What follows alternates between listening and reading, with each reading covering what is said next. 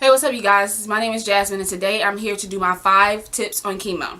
So my tip number 1 is to bring someone. The reason why I say that is because when you find out that you do have cancer, they want you to do some type of chemotherapy. And to be honest, it's like boom, boom, boom, boom, boom. You find out that you have cancer, they tell you what stage you are, you go through all these things, being poked and prodded, and then you have to do some type of chemo, depending on what type of cancer you have again.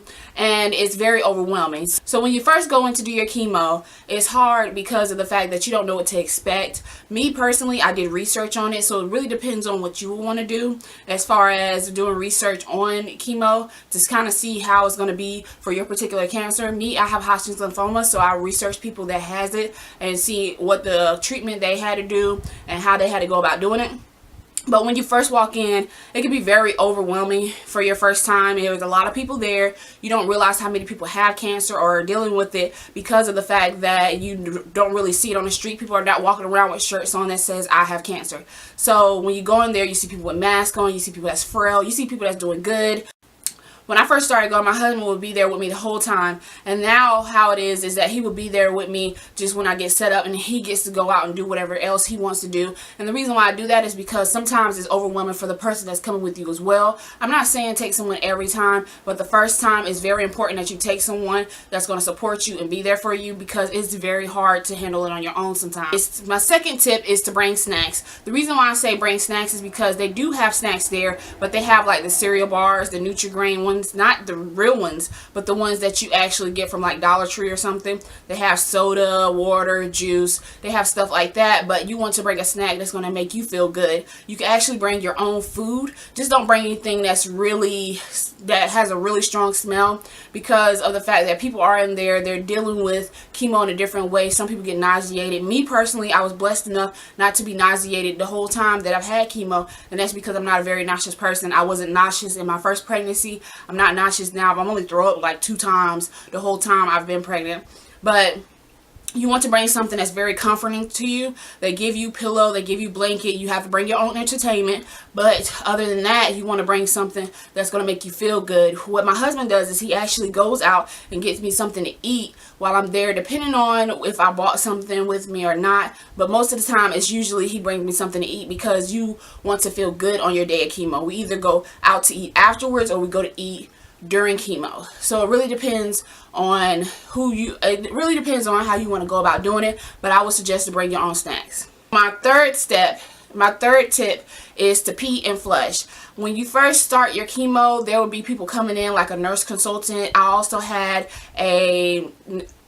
have this guy that comes to the hospital and he brings gifts for people that's going through their first chemo. And then there's a woman that comes in for a nutritionist. So what she told me was that a lot of people say that flushing helps, and it does. What happens is when you do your chemo, a lot of the stuff sits in your bladder and you have to pee it out because there's a bunch of fluids. Your body aches and you get tired and you get drowsy. Some people have to do Benadryl. Me personally, I don't have to do Benadryl, so thank goodness about that.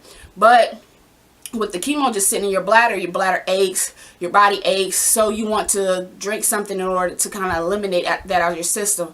You want to go pee a lot as well. When I'm at chemo, I actually get, I don't know what stage it is in the ABVD, but what it is this thing that look like fruit punch. It's what they put in my IV, and that's what I have to take. And so what happens is when I go to pee, the pee actually comes out red. So what I do is I drink a whole bunch of water, so by the time that I've left chemo, the pee is actually clear.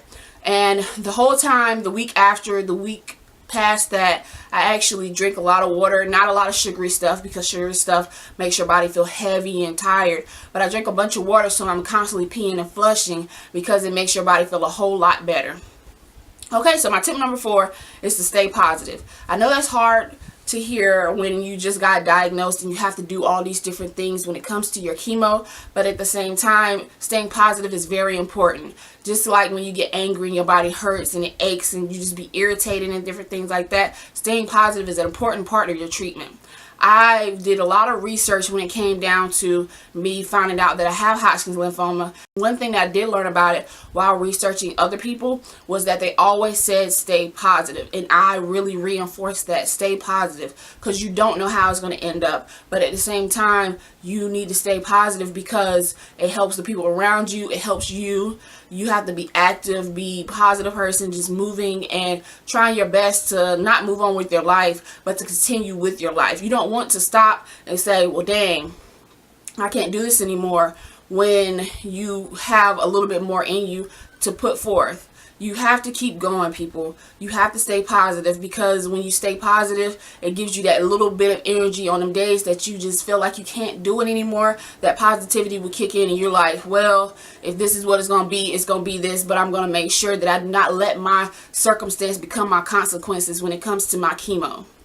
Alright, and my tip number 5 is to express yourself. The reason why I say this is because when you're just dealing with something that's hard in general, you need a way to express yourself. You need an outlet. You need something to say, okay, well, this is how I'm feeling, and I'm going to release it into the world so that I'm not holding all of it into myself. Now, this whole thing with staying positive, this will help out a whole lot. Like me personally, when I found out that I have cancer, first of all, I found out I was pregnant, very happy about that. And then I found out that I have cancer. I was like, okay, well, I've already been doing YouTube videos from the point of when I first found out that we was pregnant, not first found out, but when we were pregnant with our daughter, when we lost her and I had the depot shot, how that affected me. And then I went from finding out that I'm pregnant now to actually having cancer.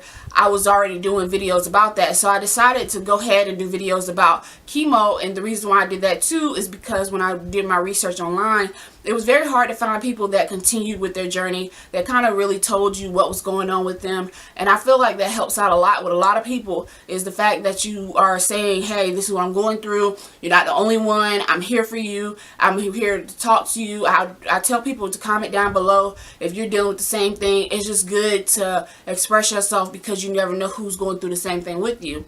That's the reason why people go to these cancer walks and do these meetings, and they have like organizations where you can go and you can talk to somebody and, you know, do therapy. That's not always the only thing that you have to do. You can sing, you can write, you can do all these different things. But what I'm really trying to say is that you really need to express yourself. It's very hard to deal with stuff on your own, but especially if you're dealing with it on your own, you don't want to hold all that in. That can really hurt your body, hurt your spirit, hurt your soul. It really can make a bad situation worse. So those are my 5 tips, you guys, for dealing with chemo and going to chemotherapy, having cancer, just that in general. I appreciate you guys for watching. I'm doing these videos for people that's dealing with it. I'm also doing it for people that have friends and family that's dealing with it and want to kind of know what they're going through. I appreciate you guys for talking in the comments down below about the stuff that you're dealing with, giving me encouragement. I really, really appreciate that, you guys. And I want to say yay, baby dust to all the people that are actually pregnant. And I want to say also baby dust, blowing it out there to you guys, to the people that actually are trying to get pregnant. I appreciate you guys for watching, and I'll see you in my next video.